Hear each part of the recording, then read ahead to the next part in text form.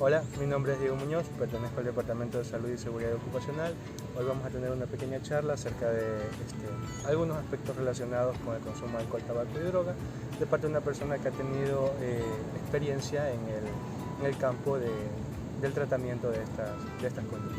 Experiencia en el consumo también. experiencia en el consumo. Hola, mi nombre es William Tapia, tengo 28 años de edad, de profesión soy psicólogo clínico. He tenido la suerte de trabajar en un centro de tratamiento para personas con consumo problemático de alcohol y otras drogas, y espero que este pequeño conversatorio que vamos a tener con Diego sirva un poco para poder conocer un poco más allá de lo típicamente conocible en relación al consumo de drogas, y que les pueda servir a ustedes para la prevención de la misma en relación a ustedes y a su familia. Bueno, amigo, cuéntame, no sé, dentro de tu trabajo, ¿por qué las personas la convierten al consumo de alcohol, que puede ser la más social, en una dependencia? Porque yo entiendo que puede ser a nivel social algo que tú hagas, porque ya está institucionalizado incluso, pero ¿cuándo llega a ser una dependencia y por qué? Ya, mira, hay algo que sí es fundamental que todos tengamos claro, y es que la droga, sea esta legal o ilegal, dependiendo del cuerpo, donde el cuerpo, o sea, de la persona que la consume, puede tener reacciones distintas. Habrá algunas personas en las que, por ejemplo, el consumo de tabaco le provoque ansiedad. En otras personas el consumo de tabaco les provocará un estado de tranquilidad, puesto que al final es como que el concepto subjetivo que cada uno le da, ¿no? Eso es un poco importante mencionar, pero sobre todo distinguir esta parte de que dependiendo del cuerpo en el cual se almacena la sustancia, la reacción puede ser de una u otra. Hay términos generales y eso es como que lo más importante conocer. Ahora, hay un experimento con roedores, con ratones, en el cual colocan dos cajas de ratones, una caja de ratón que vamos a llamarle como el paraíso de las ratas o algo así, que tienen abundante agua, que tienen suficiente comida, que tienen incluso lugares para poder tener como diversión, estas rueditas donde empiezan a hacer ejercicio. 26, no sé. Okay. Y hay otro que es como que un contexto desagradable para los ratones. Entonces este contexto desagradable no tienen suficiente agua, no tienen suficiente alimentos y no tienen un lugar donde hacer sus necesidades, ni tampoco estos jueguitos que tienen otros ratones en la otra caja. Entonces en este experimento pusieron a disposición una sustancia adictiva para los ratones en las mismas cantidades. El resultado final de este experimento evidenció que en el paraíso de las ratas hubieron personas que efectivamente, o sea, hubieron ratones que efectivamente se volvieron dependientes, es decir, que consumían recurrentemente esta droga, pero en la caja que no tenía las condiciones del paraíso de las ratas, la mayoría de los ratones se volvieron dependientes. La mayoría de los ratones se volvieron dependientes. ¿Esto qué significa? Que dependiendo del contexto socioeconómico, emocional, de integración social, etc., también va a depender un poco el tema del consumo. Hay otras matices que sería importante mencionar, que quizás más luego lo hagamos, pero ese es como que el primer elemento. Cuando no se tiene recursos suficientes, cuando no, en todos los niveles, no solamente a nivel de comida y etcétera, porque a lo mejor se va a pensar que yo estoy diciendo que la pobreza es un sinónimo de dependencia al consumo. No necesariamente, pero la realidad evidencia que cuando existen estas deficiencias en torno a ciertas necesidades elementales, como en el caso de agua, como en el caso de comida y como en el caso de espacios para la recreación, puntualmente para las ratas, existe mayor probabilidad de dependencia. Entonces, el por qué el consumo de ciertas sustancias, tú mencionaste el tema del alcohol, se vuelve como una dependencia en nuestro organismo, en primera instancia tiene un componente social. Depende del contexto social en el que tú te desarrolles y sobre todo si tus necesidades básicas son satisfechas. Pero de ahí hay otras matices también, que no sé si las voy desarrollando, tú me vas preguntando. Sí, entonces lo que entiendo es que puede ser gran parte es culpa es un proceso medioambiental.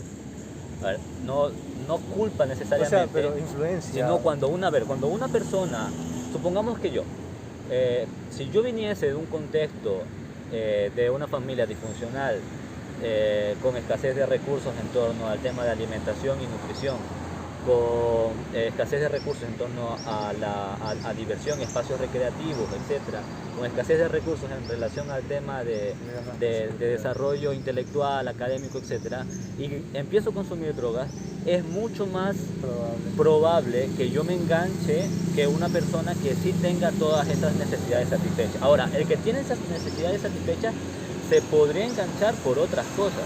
O sea, no es que está saldado. Lo que existe es una mayor predisposición mía con mis necesidades insatisfechas para volverme farmacodependiente, drogodependiente. Ok, quedó un poquito claro. Ya, partiendo de eso, siempre hay muchos mitos que se habla sobre el proceso de dependencia. En algunas drogas se les pone nombres como la mona o ese proceso de resistencia que tú tienes cuando intentas dejar algún tipo de droga. Hablamos que eso está relacionado con factores químicos en el cerebro que causan dependencia a ese tipo de sustancias y te cuesta dejarlo, ¿correcto? Sí, correcto. Mira, esta es la otra parte de por qué la gente se vuelve dependiente. Es un tema orgánico. O sea, nuestro cerebro tiene, produce de forma natural ciertos neurotransmisores. Que asumamos que es como que ciertas partículas, ciertas moléculas que hacen que nos sintamos de cierta manera. Entonces hay actividades que son normales o que son cotidianas que producen estos neurotransmisores: correr, tener relaciones sexuales, incluso comer, un sinnúmero de actividades. Cuando se consume droga, ciertos neurotransmisores también se producen. La gran diferencia es que se producen en una cantidad sumamente alta. Entonces, al momento de producir estos neurotransmisores de manera alta, la neurona queda sobreestimulada. Ok, y ya deja de producir sola. No deja de producir sola, sigue produciendo, pero el nivel de producción que llega a tener no llega a satisfacer esa demanda que tiene la neurona receptora, porque ahí hay un tema más técnico. Es como que si tu cuerpo ya se acostumbrase a esos niveles y ya no le bastase con lo que produce. Exactamente. Cuando existe esa tendencia, que eso se lo genera a partir de incluso del primer consumo, cuando uno consume por primera vez cualquier droga, estimulante sobre todo, y que se segregue dopamina, que es el neurotransmisor el más conocido y el más popular en este ámbito, lo que suele suceder es que tenemos como que un empujón, ¿no? De anímico, de actividad física, sobre todo en drogas como por ejemplo la cocaína. Sí, quedas completamente como que animado, como que yo puedo, como que etcétera. Esa es como que la sobrecarga. Para poder volver a tener esa experiencia de esa como que ese empujón anímico, en la segunda dosis generalmente necesito un poco más de sustancia para poder llegar hasta allá, porque la neurona queda sobreestimulada. Ahora, hay situaciones, hay personas que tienen como que este enganche natural, es decir, que a la primera vez que consumen una droga determinada, se enganchan y se vuelven dependientes, porque muchos de ustedes me dirán noticias que tomó por primera vez y a partir de eso el mismo Diego Maradona dijo en su momento que le dijo a la gente: no consuman nunca, porque yo me enganché a la primera vez que consumí me enganché. Hay gente que ustedes me van a decir: no, pero yo tengo un amigo que el pana consume de vez en cuando y ya, chéverísimo. Hay personas que tienen más resistencia, eso también quería hablar. Sí, chéverísimo por ese pana, pero no necesariamente es tu caso, no necesariamente es nuestro caso. Nosotros puede que consumamos una vez cualquier sustancia y pum, te quedaste enganchado y ya te hiciste drogodependiente. Eso se puede construir, la tolerancia que tú tienes a ciertas sustancias. Ya, como te decía, en el caso de las neuronas sobreestimuladas, llega a un punto en el cual el nivel de generación de dopamina, a pesar de que consumo la droga, no llega a satisfacer esa necesidad que tengo de experimentar aquello que experimenté en algún momento. A eso se le denomina tolerancia, es decir, nuestro organismo ya está acostumbrado a esta sustancia y para poder experimentar eso que sentí en ese momento necesito más de la misma. ¿Qué sucede cuando tu cuerpo no recibe esta sustancia? Aparece un síndrome llamado el síndrome de abstinencia. Y tu cuerpo empieza a sentir malestar. Se manifiesta de diferentes formas dependiendo de la droga, pero empieza a evidenciar cierto malestar.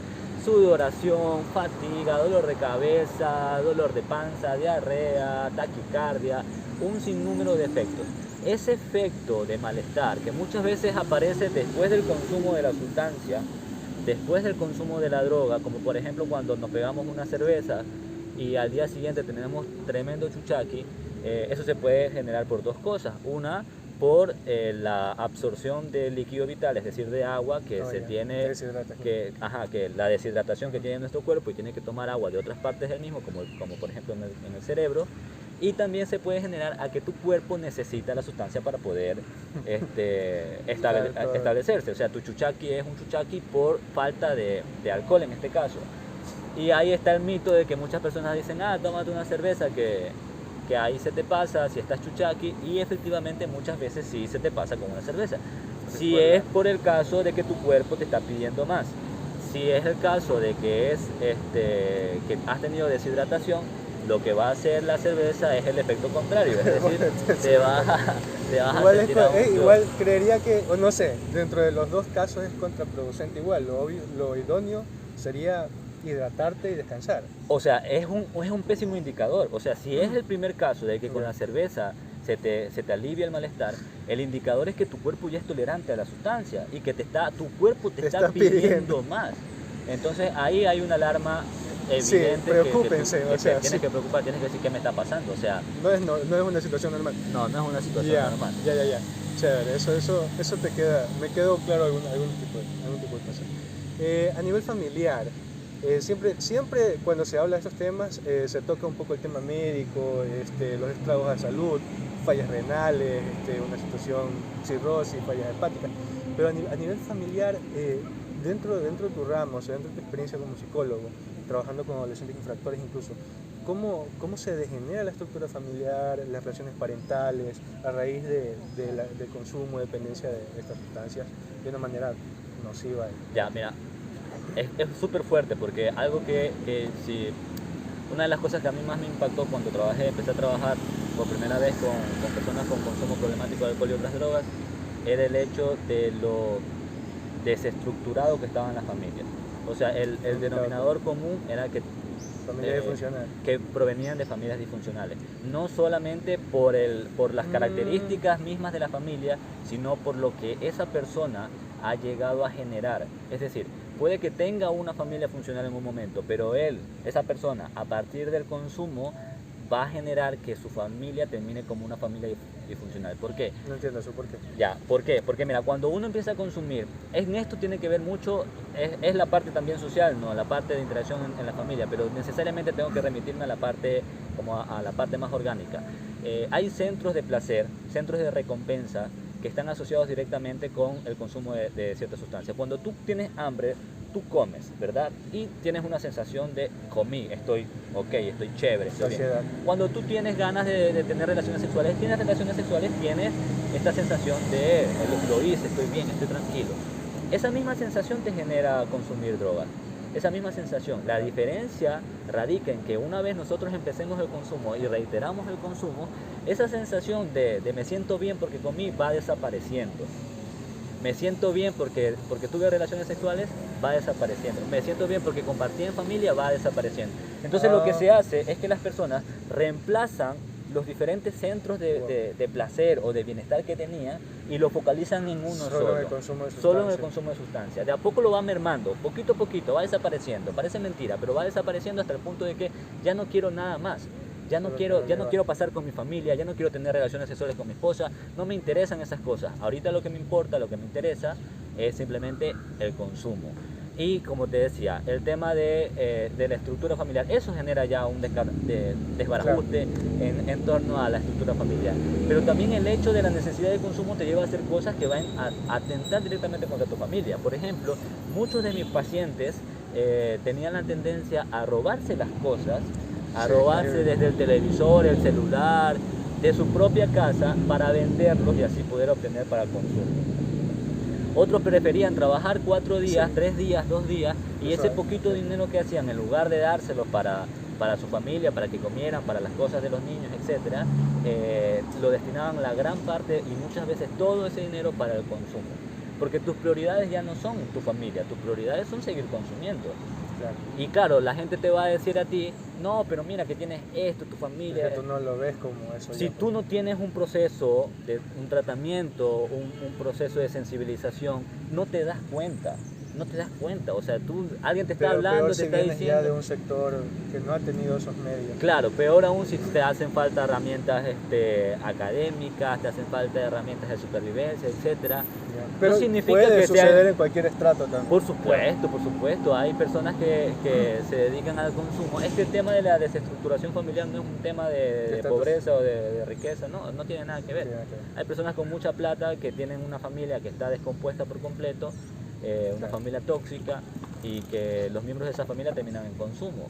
Hay personas que empiezan a consumir y se enganchan de forma natural, como te mencioné, y terminan destruyendo a esas familias que se supone que al menos en condiciones económicas estaban bastante bien.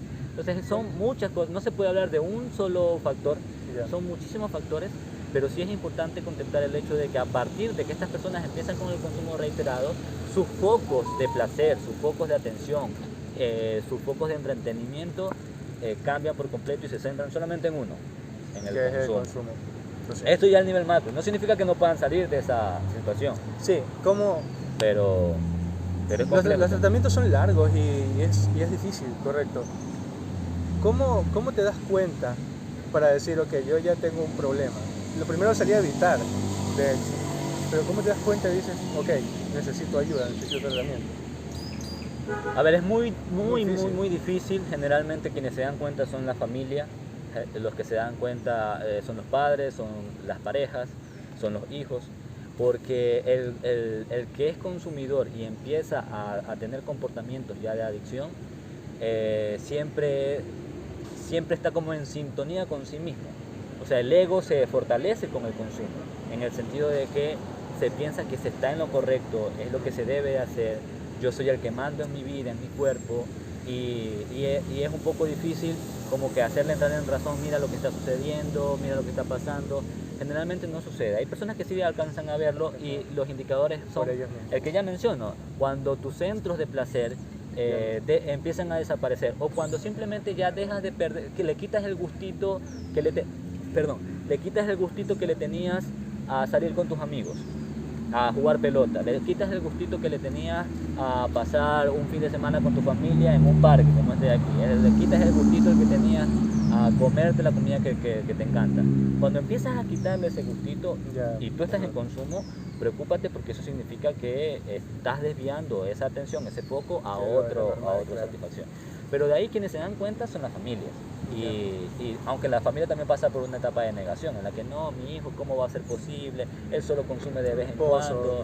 Mi esposo, sí, él solamente consume una que otra vez a la semana. Hablando de eso, estaba viendo que la vez pasada unos indicadores del consumo de alcohol en Ecuador y te hablaba como que del 85% alrededor eran hombres y el restante 15 eran mujeres. ¿Socialmente es así o es que realmente hay un sesgo de género porque no se visibiliza a la mujer como una consumidora, o solo estos programas atienden al sector masculino? ¿O realmente? Mira, donde yo trabajé estaba Sí. dividido en dos áreas, ¿no? Ya. Estaba dividido el centro que trabajaba en el caso de hombres masculinos, y estaba dividido un centro para mujeres. La realidad, ahí sí desconozco los datos exactos que tú estás haciendo mención, pero la realidad de ese punto era de que mientras nosotros teníamos 60 pacientes, Después no sabían. el centro de mujeres tenía entre 10 y 15 pacientes. Okay. Puede ser que la muestra sea pequeña realmente, pero... Claro, Era pero eso, a eso eso es un Te da indicador, un ¿no? indicador. De que quizás el consumo en los hombres, y Es puede malo. ser incluso por un tema social también. O sea, la presión que existe en los chicos es mucho más fuerte. De hecho, la Claro. presión que existe en las chicas es, no, tú no ¿Cómo, consumes. ¿Cómo fue la primera vez que consumiste alcohol? ¿Te acuerdas? La primera vez, supongo que fue en mi casa, en una reunión familiar, me ofrecieron una cerveza, la probé, me supo asqueroso. La primera vez sabe horrible. De hecho, la cerveza no, a nivel personal. O sea, no quiero ofender aquí ningún... Pero no es bueno el sabor. Yo tengo la teoría de que la gente solo lo hace por socializar, porque no es bueno, es amarga, de hecho. La cerveza es amarga, pero... Le adquieres un cierto gusto, pero el chocolate amargo es amargo, el café cuando no le pones azúcar es amargo. se desarrolla el gusto. La cerveza, la primera vez que yo probé, me pareció una cosa horrible, por eso probé como a los 15 años. Ese es otro punto que no había mencionado. Perdón que haga paréntesis, pero es importante. Mientras más joven empieces a consumir, más probabilidades de riesgo tienes. A recaer, A tener una tendencia de consumo obsesivo, es decir, a tener una adicción. mientras más joven empieces a consumir, es más probable que te vuelvas adicto. Mientras esperes más tiempo a que tu cerebro se desarrolle por completo, que tu personalidad se fortalezca, que tengas más recursos a nivel social e intelectual. Lo contrario. O sea, No. Mientras más joven empiezas a consumir, la probabilidad de riesgo de tu consumo aumenta.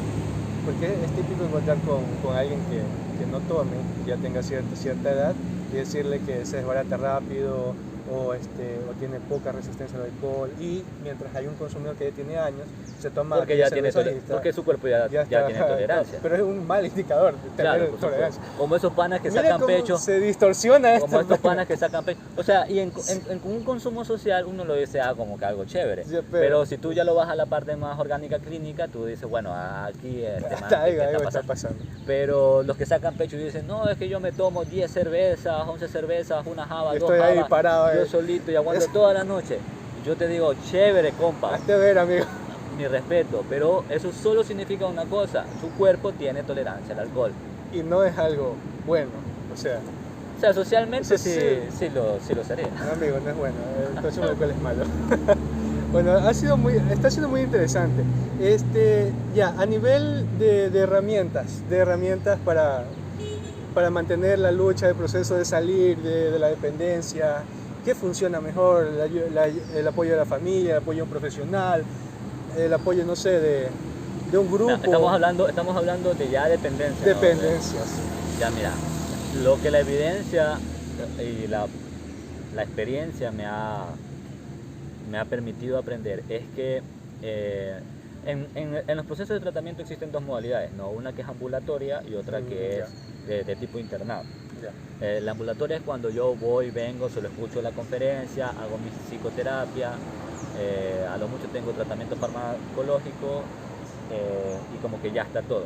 En la que es más de internado, que se lo practica en centros clandestinos, pero también en algunos CETAT, la lógica va desde la disciplina, desde el fortalecimiento de la autoestima, el fortalecimiento de la personalidad. Integral, es mucho más completo. Yo particularmente recomiendo mucho este programa de Narcóticos Anónimos. Existen dos: el programa de la NA, que es Narcóticos Anónimos, y el programa de la AA, que es Alcohólicos Anónimos. ¿Por qué lo recomiendo? Porque, sobre todo para las personas que en algún momento intentaron dejar de consumir y no pudieron. Porque estas personas que ya han intentado consumir y no han podido, necesitan de un apoyo adicional. Necesitan de un apoyo. Nuestro ego nos hace decir, no, yo sí puedo con esto, yo lo hago a mi manera. Pero si ya lo intentaste y no pudiste, significa que a tu manera no sirve. No funciona a tu manera. Inténtalo de otra forma. Y el programa de NA y de AA permite a las personas tener un grupo de apoyo, donde no te juzgan, donde no te cuestionan, donde no te critican.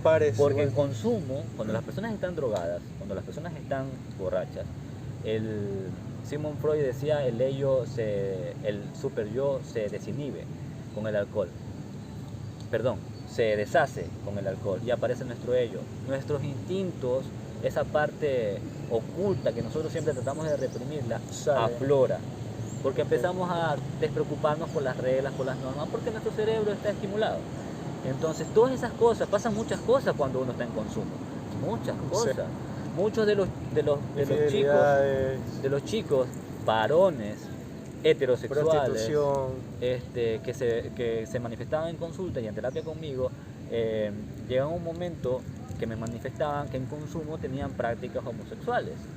A lo mejor internamente si tienen esa necesidad de tener esas prácticas, pero sienten culpa al respecto. Si no tuviesen culpa no pasará nada, pero como tienen culpa hay que trabajar en torno a eso. Entonces pasan muchas cosas cuando uno está consumiendo, cuando uno está en consumo. Incluso tenía, por ejemplo, algunos pacientes que iban donde el dealer, donde la persona que les vendía la droga, y como no tenían plata, se prostituían. Le decían, ¿sabes qué? El que le vendía la droga, préndete un ratito, en términos de calle, préndete un ratito y yo te doy un poquito de consumo. Y ellos bien mandados, venga. Es triste, como hecho, chupete. Como chupete. Sí. O sea, a lo mejor les gusta, pero que te lo plantees, te preguntes por qué, esa parte sí. Esa parte sí hay una, claro. Así que es fundamental. Fundamental. Wow. Creo que hemos hablado mucho ya de eso. Estamos en el Parque de la Rotonda, uno de los parques más icónicos de la ciudad de Puerto Viejo. Vengan, visiten, hay unas cositas muy bonitas. Les voy a dejar unas tomas al final colgadas. En este momento está pasando gente, pero es un tema interesante. Es bueno hablar de esto con los menores, con los niños, explicarles. Bueno, siempre he tenido resistencia en el caso personal de la negación total, de la satanización a ciertos hábitos, porque cuando los satanizas abres la puerta a que más quieras conocerlos. Pero es bueno tener estas conversaciones, explicarles de qué va. Mira, hay que distinguir entre el consumo recreativo y el consumo dependiente. Ya. El consumo recreativo te lleva a que tú tengas actividades de ocio, tengas actividades de diversión, tengas incluso actividades como que de interacción social en consumo. Por ejemplo, en el caso del alcohol, que es el más popular, ¿no? Pero puede llegar a un punto en el que ese consumo recreativo te lleve a un consumo ya compulsivo, obsesivo, es decir, una patología, una dependencia a la sustancia. Yo particularmente soy de los que, porque esto depende mucho de las teorías de diferentes autores, entonces es como más bien como tú lo veas. Yo particularmente soy de las personas que piensan que debe ser un tema conocido, sin tabúes, sin problema, hablarlo tal como es. Yo sí soy consumidor social en relación al alcohol y al tabaco. No tengo problemas en decirlo porque es así. Eso no significa que estoy libre de toda culpa ni de que en algún momento no me pueda volver adicto, no, porque las circunstancias se van cambiando. Pero, como te dije al principio, cuando existen ciertas necesidades satisfechas y ciertos puntos como que fuerte a nivel de la estructura de la personalidad, el consumo de alcohol, de tabaco, incluso de ciertas drogas, porque hay algunas drogas que generan mayor nivel de adicción que otras, no tiene mayor inconveniente. Hay países donde la droga está despenalizada, el consumo de drogas es despenalizado, la droga tiene una circulación legal, ciertas drogas, claro. Y no es que tienen índices más altos que el resto de países que el consumo es prohibido. Entonces el problema no es la droga en realidad. Claro. Evidentemente hay drogas que te enganchan naturalmente y ahí sí el problema es que haberlo consumido. Pero el problema en sí mismo eres tú. ¿Cómo tú la...? Eres tú si estás en condiciones del consumo, si tienes tus herramientas fortalecidas, claro. O si lo haces por presión social, o si lo haces por olvidarte de los problemas, de las deudas, del trabajo, del talento humano. O si lo haces por escapar de este mundo, por tener un viaje, etc. Porque la dependencia física es distinta a la dependencia por la sensación. La dependencia por la sensación es aquella dependencia que te gusta muchísimo, claro. Cómo se experimenta el consumo de esa droga. La dependencia física es que tu cuerpo se adapta a la misma y te pide más y te pide más. Okay. Entonces se manejan de forma distinta. Pero en sí es algo que yo particularmente me gusta mucho de satanizar, tratar de abrir el abanico, conversarlo mucho más, porque hablamos de patología, porque si nos empezamos con las restricciones de que no, de que esto, que el otro, entonces no comamos dulce porque ahí existe el diabetes, no comamos nada grasoso porque nos pueda dar un infarto, qué sé yo, ¿sí me explico? Entonces hay cosas que hay hay que contemplarlo desde otras perspectivas, hay que abrir un poco el abanico, contemplando siempre la posibilidad de que nos puede dar un infarto, que nos puede dar diabetes. Que nos podemos volver adictos, que nos podemos volver o arruinar nuestras vidas, nuestra familia. Exactamente. Okay. Chévere, ha sido gracioso. ¿Hay algo más que quieras aportar ya para finalizar? No. ¿Eso es todo? No. Okay. Si tienes más preguntas, más bien, con gusto. Mándales un saludo a los compañeros de Jardín Saludos. Azuayo. ¿A qué? A los compañeros de Jardín Azuayo. Saludos, chicos, chicas. Compañeros, compañeras, compañeres. Esa parte borra. Okay, ya voy a ir. Saludos, infórmense, sí. Tomen decisiones conforme a la información que tengan y sobre todo no se dejen llevar por tabúes, por mitos, por cualquier cosa que encuentren en internet. Internet hay información valiosísima, pero también hay información, eso no podía decir. Hay información sí. hay información asquerosa traten de siempre de buscar fuentes que les permitan nutrirse a nivel de conocimiento intelectualmente y que nadie les quite su existencia, pero tomen decisiones responsables. Y si no, pues nos veremos en algún momento en algún centro de rehabilitación. Y no querrán que yo la rehabilite. Y no van a querer porque mis tratamientos son medio complejos. Bueno, muchas gracias, espero que les haya gustado. Estamos hablando.